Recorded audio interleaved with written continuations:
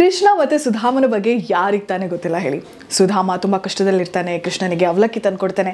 ಈ ಎಲ್ಲ ಕಥೆ ನಾವು ಚಿಕ್ಕವರಿಂದ ಕೇಳ್ಕೊಂಡು ಬಂದಿರೋದು. ಆದರೆ ಅದಕ್ಕಿಂತ ಮುಂಚೆ ಅವರ ಬಾಲ್ಯದಲ್ಲಿ ಆಗಿದಂತಹ ಒಂದು ಘಟನೆ ಈ ಒಂದು ಕಥೆಗೆ ದಾರಿ ಮಾಡಿಕೊಡ್ತೆ ಗೊತ್ತಾ. ಇನ್ನು ಮೂರನೇ ಮುಷ್ಟಿ ತಿನ್ನಬೇಕಾದ್ರೆ ರುಕ್ಮಿಣಿ ಹೆದರಿಸಿ ಆಕೆ ಕೃಷ್ಣನ ಕೈಯನ್ನು ತಡಿತಾಳೆ, ಬೇಡ ನೀವು ತಿನ್ನಬೇಡಿ ಅಂತ ಹೇಳಿ. ಇದು ಭಕ್ತಿ ಸ್ಟುಡಿಯೋ, ನಿಮ್ಮ ಜೊತೆಲಿ ನನ್ನ ಅಜ್ಜೆ ನಿಖಿತಾ. ಹಿಂದೆ ಏನಾಗಿತ್ತು ಅಂತ ಹೇಳಿದ್ರೆ, ಕೃಷ್ಣ ಮತ್ತು ಸುಧಾಮ ಇಬ್ಬರು ಕ್ಲಾಸ್ಮೇಟ್ಸ್ ಆಗಿರ್ತಾರೆ. ಇವರಿಬ್ಬರ ಗುರು ಸಂದೀಪನಿ ಅಂತ ಹೇಳಿ. ಈ ಸಂದೀಪನಿ ಗುರುಗಳು ಒಂದು ಸಲ ಇವರಿಗೊಂದು ಟಾಸ್ಕ್ನ ಕೊಡ್ತಾರೆ ಆಶ್ರಮದಲ್ಲಿ. ಏನದು ಅಂತ ಹೇಳಿದ್ರೆ, ಕಾಡಿಗೆ ಹೋಗಿ ಕಟ್ಟಿಗೆಯನ್ನು ತೆಗೆದುಕೊಂಡು ಬರಬೇಕು. ತುಂಬ ಆಯಾಸ, ತುಂಬ ಟಯರಿಂಗ್ ಕೆಲಸ ಅಂತ ಹೇಳ್ಬೋದು. ಅದಕ್ಕೆ ಸಂದೀಪನಿ ಗುರುಗಳ ಪತ್ನಿ ಆಗಿರುವಂಥವ್ರು ಏನು ಮಾಡ್ತಾರೆ, ನೀವು ಅಷ್ಟು ಕಷ್ಟಪಟ್ಟು ಬಿಸಿಲಲ್ಲೆಲ್ಲ ಹೋಗ್ತಾ ಇದ್ದೀರಿ, ತಗೊಳ್ಳಿ ನಿಮಗೆ ನಾನು ಬುಟ್ಟಿಯನ್ನು ರೆಡಿ ಮಾಡಿಕೊಡ್ತೀನಿ, ಲಂಚ್ ಬಾಕ್ಸ್ನ ಕೊಡ್ತೀನಿ ಅಂತ ಹೇಳಿ 2 ಪೊಟ್ನ ಅವಲಕ್ಕಿಯನ್ನು ತುಂಬಿಸಿ ಕೊಡ್ತಾಳಂತೆ. ಸರಿ, ಈಗ ಕೃಷ್ಣ ಹೇಳ್ತಾನೆ, ನೋಡು ಸುಧಾಮ, ನೀನೇ ಇಟ್ಕೋ ಈ 2 ಪೊಟ್ನಾನ, ಯಾವಾಗ ನನಗೆ ಹಸುವಾಗುತ್ತೋ ಅವಲಕ್ಕಿ ತಿನ್ನಬೇಕು ಅನ್ಸುತ್ತೋ ಅವಾಗ ನಿನ್ನ ಹತ್ರ ಕೇಳ್ತೀರಿ ಅಂತ. ದಾರಿಯಲ್ಲಿ ಹೋಗ್ಬೇಕಾದ್ರೆ ಜೋರಾಗಿ ಮಳೆ ಬರುತ್ತೆ, ಬಿಸಿಲೆಲ್ಲ ಹೋಗಿ ಒಂದೇ ಸಮಯ ಜೋರಾಗಿ ಮಳೆ ಬರುತ್ತೆ. ಸುಧಾಮ ಮರವನ್ನು ಹತ್ತಿ ಮೇಲೆ ಕುತ್ಕೊಂಡ್ಬಿಡ್ತಾನೆ, ಕೃಷ್ಣ ಹಾಗೆ ಸ್ವಲ್ಪ ಕೆಳಗೆ ಕುತ್ಕೊಂಡ್ಬಿಡ್ತಾನೆ. ತುಂಬ ಹೊತ್ತಾಗುತ್ತೆ, ಮಳೆ ನಿಲ್ಲೋದೇ ಇಲ್ಲ. ಇಷ್ಟರಲ್ಲಿ ಚಳಿಗಾಲದಲ್ಲೆಲ್ಲ ಹೇಗೆ ನಮಗೆ ಹಸಿವು ಜಾಸ್ತಿ ಆಗುತ್ತೋ ಅದೇ ಥರ ಈ ಮಳೆಗಾಲದಲ್ಲಿ ಈ ಮಳೆ ನಿಲ್ತಾನೆ ಇಲ್ಲ, ಆ ಕಡೆ ಎಲ್ಲೂ ಹೋಗೋಕ್ಕೂ ಆಗ್ತಾ ಇಲ್ಲ. ಬೆಳಗ್ಗೆ ಮುಂಚೆನೇ ಆಶ್ರಮ ಬಿಟ್ಟಿರೋದು, ತುಂಬ ಹಸಿವಾಗಿರುತ್ತೆ. ಇಲ್ಲಿ ಸುಧಾಮನಿಗೆ ಹಸಿವು ತಡ್ಕೊಳ್ಳೋದಕ್ಕಾಗ್ದೇ ಇಲ್ಲಿ ಗುರುಪತ್ನಿ 2 ಪೊಟ್ನದ ಅವಲಕ್ಕಿಯನ್ನು ಕೊಟ್ಟಿರ್ತಾಳಲ್ವ, ಅದನ್ನು ತಿನ್ನೋದಕ್ಕೆ ಸ್ಟಾರ್ಟ್ ಮಾಡ್ತಾನಂತೆ. ಆದರೆ ಕೃಷ್ಣನಿಗೋಸ್ಕರ ಕೊಟ್ಟಿರುವಂತಹ ಆ ಒಂದು ಪ್ಯಾಕೆಟ್ನ ಮಾತ್ರ ಟಚ್ ಮಾಡೋದಿಲ್ಲ, ಮುಟ್ಟೋದಿಲ್ಲ. ಆದರೆ ಅವನ ಭಾಗವನ್ನು ಮಾತ್ರ ಆತ ತಿಂತಾನೆ. ಆದರೆ ಇನ್ನೂ ಸ್ವಲ್ಪ ಹೊತ್ತಾದಮೇಲೆ ಇನ್ನೂ ಜೋರಾಗಿ ಮಳೆ ಬರ್ತಾ ಇದೆ, ಇನ್ನೂ ಹಸುವನ್ನು ತಡ್ಕೊಳ್ಳೋದಕ್ಕಾಗೋದಿಲ್ಲ. ಕೃಷ್ಣ ಹೇಗೂ ಕೆಳಗೆ ಕೂತ್ಕೊಂಡಿದ್ದಾನೆ, ಅವನಿಗೇನೂ ಕಾಣಿಸ್ತಾ ಇಲ್ಲ, ನನಗೆ ಹಸುವು ತಡ್ಕೊಳ್ಳೋದಕ್ಕೆ ಆಗ್ತಿಲ್ಲ ಅಂತ ಹೇಳಿ ಕೃಷ್ಣನ ಪಾಲಿನ ಅವಲಕ್ಕಿಯನ್ನು ಕೂಡ ಈ ಸುಧಾಮ ತಿಂದು ಬಿಡ್ತಾನಂತೆ. ಆಮೇಲೆ ಮಳೆ ಎಲ್ಲ ನಿಲ್ಲುತ್ತೆ, ಹೋಗ್ತಾರೆ, ಕಟ್ಟಿಗೆಯನ್ನು ತೊಗೊಂಡು ಬರಬೇಕಾದ್ರೆ ಇಷ್ಟೆಲ್ಲ ಆಯಾಸವಾದ ಮೇಲೆ ಕೃಷ್ಣ ಕೇಳ್ತಾನೆ, ಸುಧಾಮ, ಆ ಅವಲಕ್ಕಿ ಕೊಡೋ ಗುರುಪತ್ನಿ ನಮಗೆ ಗುರು ಮಾತೆ ಕೊಟ್ಟಿರುವಂಥ ಅವಲಕ್ಕಿ ಕೊಡು ಅಂತ ಹೇಳಿಬಿಟ್ಟು ಕೇಳಿದಾಗ ಇವನು ಹೇಳ್ತಾನಂತೆ, ತುಂಬ ಹಸುವಾಗ್ಬಿಡ್ತು, ಹಾಗೆ ಖಾಲಿ ಆಗಿಬಿಡ್ತು ಅಂತ ಹೇಳಿ. ಈಗ ಕೃಷ್ಣನಿಗೆ ಗೊತ್ತಾಗಿರುತ್ತೆ, ಸುಧಾಮ ಅವಲಕ್ಕಿಯನ್ನೆಲ್ಲ ತಿಂದಿದ್ದಾಯಿತು, ನನ್ನ ಪಾಲಿನದ್ದು ತಿಂದಿದ್ದಾಯಿತು ಅಂತ. ಆದರೆ ಆತ ಸುಮ್ಮನಿರ್ತಾನೆ, ಏನೂ ಹೇಳೋದಕ್ಕೆ ಹೋಗೋದಿಲ್ಲ. ನಂತರ ಅವರ ವಿದ್ಯಾಭ್ಯಾಸ ಎಲ್ಲ ಮುಗಿಯುತ್ತೆ, ಬೇರೆ ಒಂದು ದೊಡ್ಡ ದೊಡ್ಡ ಕೆಲಸಗಳಿಗೆಲ್ಲ ಹೋಗ್ತಾರೆ, ಬೇರೆ ಊರಿಗೆ ಹೋಗ್ತಾರೆ, ಅವರವರ ಮನೆಗಳಿಗೆ ಹೋಗ್ತಾರೆ, ಎಲ್ಲ ಒಂದು ರೀತಿಯಲ್ಲಿ ಎಸ್ಟಾಬ್ಲಿಷ್ ಆಗ್ತಾರೆ. ಈ ಸುಧಾಮ ಪಂಡಿತನಾಗ್ತಾನೆ, ಸಾಕಷ್ಟು ಜ್ಞಾನ ಪಡ್ಕೊಂಡಿದ್ದಾರೆ. ಆದರೆ ಬಡತನದ ಜೀವನ, ಈಗೇನು ಮಾಡೋದು, ಮದುವೆಯೂ ಆಗುತ್ತೆ, ಮದುವೆ ಜೊತೆಗೆ ಅವನು ಈ ಬಡತನವನ್ನು ಕೂಡ ಮದುವೆ ಆಗಿಬಿಡ್ತಾನೆ ಅಂತ ಹೇಳ್ತಾರೆ.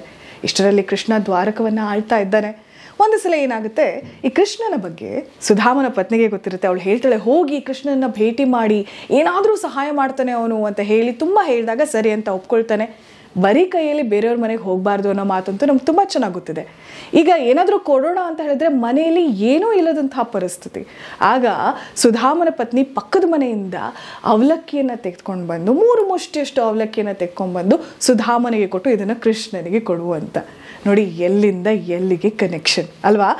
ನಂತರ ಏನಾಗುತ್ತೆ, ಕೃಷ್ಣನ ಹೋಗಿ ಮೀಟ್ ಮಾಡ್ತಾನೆ. ಕೃಷ್ಣನಿಗೆ ನನ್ನ ನೆನಪಿರುತ್ತೋ ಇಲ್ವೋ, ದಾರಿಲೆಲ್ಲ ಇದು ಯೋಚನೆ ಮಾಡ್ಕೊಂಡು ಹೋಗ್ತಾನೆ. ಆದರೆ ಸಾಕ್ಷಾತ್ ಕೃಷ್ಣನೇ ಬಂದು ಸುಧಾಮನನ್ನು ವೆಲ್ಕಮ್ ಮಾಡ್ತಾನೆ. ನಂತರ ಕರ್ಕೊಂಡು ಹೋಗ್ತಾನೆ. ನನಗೋಸ್ಕರ ಏನು ತಂದಿದೆ ಆ ಗಿಫ್ಟು ಅಂತ ಕೇಳ್ತಾನೆ. ಚಿಕ್ಕ ಮಕ್ಕಳೆಲ್ಲ ಕೇಳ್ತಾರಲ್ಲ ಅದೇ ರೀತಿಯಾಗಿ. ಆಗ ಸುಧಾಮನಿಗೆ ಏನು ಹೇಳಬೇಕು ಅಂತ ಗೊತ್ತಾಗೋದಿಲ್ಲ. ನಾನು ತಂದಿರೋದು 3 ಹಿಡಿ ಅವಲಕ್ಕಿ ಅಷ್ಟೇ, ಅದನ್ನು ನಾನು ಉಡುಗೊರೆ ಅಂತ ಹೇಳೋದಕ್ಕಾಗತ್ತಾ? ಎಂಥ ಪರಿಸ್ಥಿತಿ ನನ್ನದು ಅಂತ ಹೇಳಿ ಯೋಚನೆ ಮಾಡ್ತಾನಂತೆ ಸುಧಾಮ. ಆದರೆ ಕೃಷ್ಣನಿಗೆ ಇವೆಲ್ಲವೂ ಗೊತ್ತಿರುತ್ತೆ. ಏನೋ ಒಂದು ಮುಚ್ಚಿಡ್ತಿದ್ದಾನೆ, ಏನೋ ಒಂದು ಪುಟ್ನವನ್ನು ಮುಚ್ಚಿಡ್ತಿದ್ದಾನೆ ಅನ್ನೋದು ಕೃಷ್ಣನಿಗೆ ಕಾಣುತ್ತೆ. ಅದನ್ನು ಕಿತ್ಕೊಂಡು ಓಪನ್ ಮಾಡಿ ನೋಡಿದ್ರೆ ಅವಲಕ್ಕಿ. ಓ, ಇದೇನಾ ನಾನು ಉಡುಗೊರೆ ಅಂತ ಹೇಳಿ 1 ಮುಷ್ಟಿ ಬಾಯಿಗೆ ಹಾಕಿಬಿಡ್ತಾನೆ. ಸರಿ, ಖುಷಿಯಿಂದ ತಿಂತಾನೆ. ಸುಧಾಮನ ಕಣ್ಣಲ್ಲಂತೂ ನೀರು ತುಂಬಿದೆ. ಇದನ್ನೆಲ್ಲ ನೋಡ್ತಾ ಇದ್ದಂತಹ ರುಕ್ಮಿಣಿಗೆ ಈಗ ಹೆದರಿಕೆ ಶುರುವಾಗುತ್ತೆ. ಕೃಷ್ಣ 1 ತುತ್ತು ಆ ಅವಲಕ್ಕಿಯನ್ನು ತಿಂತಿದ್ದಾಗೆ, ಮೊದಲನೇ ಮುಷ್ಟಿ ತಿಂತಿದ್ದಾಗೆ ಆಕೆ 2ನೇ ಮುಷ್ಟಿಯನ್ನು ತಿನ್ನೋದನ್ನು ನಿಲ್ಲಿಸ್ತಾಳೆ. ಆದರೂ ಕೃಷ್ಣ 2ನೇ ಮುಷ್ಟಿ ಅವಲಕ್ಕಿಯನ್ನು ಕೂಡ ತಿಂದು ಬಿಡ್ತಾನೆ. 3ನೇ ಮುಷ್ಟಿ ಅವಲಕ್ಕಿಯನ್ನು ತಿನ್ನಬೇಕಾದ್ರೆ ರುಕ್ಮಿಣಿ ನಿಲ್ಲಿಸಿಯೇ ಬಿಡ್ತಾಳೆ, ತಿನ್ನಬೇಡಿ ನೀವು ಅಂತ ಹೇಳಿ. ಆದರೆ ಕಾರಣ ಏನಾಗಿತ್ತು ಗೊತ್ತಾ? ಮೊದಲನೇ ಮುಷ್ಟಿ ಏನು ಕೃಷ್ಣ ಈ ಸುಧಾಮ ತಂದಿರುವಂಥ ಅವಲಕ್ಕಿಯನ್ನು ತಿಂದಿರ್ತಾನಲ್ವ, ಆ ಮೊದಲನೆಯ ಮುಷ್ಟಿ ಇಂತಹ ಪಂಡಿತನಾಗಿದ್ರು, ಇಷ್ಟೆಲ್ಲ ಜ್ಞಾನವನ್ನು ಆತ ಪಡ್ಕೊಂಡಿದ್ರು ಕೂಡ ಇಂತಹ ಕಷ್ಟದ ಬದುಕನ್ನು ಸಾಗಿಸ್ತಾ ಇದ್ದಾನಲ್ಲ, ಇದಕ್ಕೆಲ್ಲ ಮುಕ್ತಿ ಸಿಗಲಿ ಅಂತ ಹೇಳಿ ಸಂತೋಷದಿಂದ ತಿಂದಿರುವಂತಹ ಮೊದಲನೆಯ ಮುಷ್ಟಿ. ಎರಡನೆಯ ಮುಷ್ಟಿ ಅವಲಕ್ಕಿ ಏನಾಗಿರುತ್ತೆ, ನೀನು ಚಿಕ್ಕವನಿದ್ದಾಗ ಈ ರೀತಿಯಾದಂತಹ ಬೇರೆಯವರ ಪಾಲಿನದ್ದು ನಿನ್ನದಲ್ಲದನ್ನು ಬೇರೆಯವರ ಪಾಲಿನದನ್ನು ನೀನು ತಿಂದಿರೋದ್ರಿಂದ ಆ ಕರ್ಮವೂ ಇದೆ. ಹಾಗಾಗಿ ಇವೆಲ್ಲ ಕರ್ಮಗಳಿಗೆ ವಿಮೋಚನೆ ಅಥವಾ ಮುಕ್ತಿ ಸಿಗಲಿ ಅಂತ ಹೇಳಿ ತಿಂದಿರೋದು. ಇನ್ನು ಮೂರನೇ ಮುಷ್ಟಿ ತಿನ್ನಬೇಕಾದ್ರೆ ರುಕ್ಮಿಣಿ ಹೆದರಿಸಿ ಆಕೆ ಕೃಷ್ಣನ ಕೈಯನ್ನು ತಡಿತಾಳೆ, ಬೇಡ ನೀವು ತಿನ್ನಬೇಡಿ ಅಂತ ಹೇಳಿ, ನೀವು ಹೀಗೆ ಮಾಡಿಬಿಟ್ರೆ ನಮ್ಮ ಗತಿ ಏನು ಅಂತ ಹೇಳಿ ಹೇಳ್ತಾಳೆ ಆ ಮಾತು. ಇದರ ಅರ್ಥ ಏನಾಗಿತ್ತು ಅಂತ ಹೇಳಿದ್ರೆ, ಕೃಷ್ಣ ತುಂಬ ಪ್ರೀತಿಯಿಂದ ಖುಷಿಯಿಂದ ಎಲ್ಲ ಸರ್ವಸ್ವವನ್ನು ಕೊಡುವಂತಹ ಒಂದು ಸಂದರ್ಭ ಇದು. ಈಗ ಮೊದಲನೇದಾಗಿ ಆತನ ಕಷ್ಟಗಳನ್ನು ನಿವಾರಣೆ ಮಾಡಿದ್ದಾಯ್ತು, ನಂತರ ಆತನ ಕರ್ಮಗಳನ್ನ ಎಲ್ಲ ನೀಗಿಸಿದ್ದಾಯ್ತು. ಆದರೆ ಮೂರನೇದು ಪ್ರೀತಿಯಿಂದ ಕೊಟ್ಟಾಗ ಇಡೀ ಜಗತ್ತನ್ನೇ ಕೊಟ್ಟಂತೆ.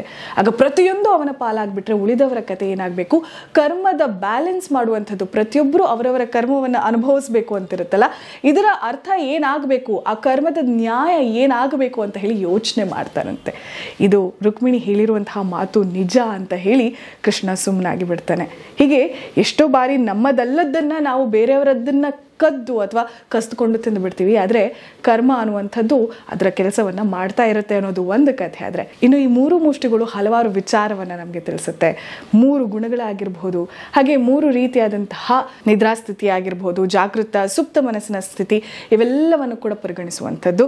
ಇನ್ನೊಂದು ಸತ್ವ, ರಾಜಸಿಕ ಮತ್ತು ತಮೋ ಗುಣಗಳ ಬಗ್ಗೆ ಹೇಳುವಂಥದ್ದು. ಹೀಗೆ ಹಲವಾರು ವಿಚಾರದ ಪ್ರತಿನಿಧಿಯಾಗಿರುತ್ತೆ ಈ ಮೂರು ಮುಷ್ಟಿಗಳು ಅವಲಕ್ಕಿ ತಿನ್ನುವಂಥದ್ದು. ಏನೇ ಆಗಲಿ, ಇಂತಹ ಕಥೆಗಳನ್ನೆಲ್ಲ ತಿಳ್ಕೊಳ್ಳೋದಕ್ಕೆ ಹೋದಾಗ ಭಾಗದಲ್ಲಿ ನಮಗೆ ಈ ಒಂದು ಕಥೆ ಅಂತ ಅಷ್ಟೇ ಅನಿಸುತ್ತೆ, ಆದರೆ ಅದರ ಹಿಂದಿರುವಂತಹ ಸಂದೇಶ ಕೇಳಿದಾಗ ನಿಜವಾಗ್ಲೂ ಕೂಡ ಅಚ್ಚರಿ ಆಗುತ್ತೆ. ಹೇಗನ್ನಿಸ್ತು ಅನ್ನೋದನ್ನು ಕಮೆಂಟ್ನಲ್ಲಿ ಶೇರ್ ಮಾಡಿ.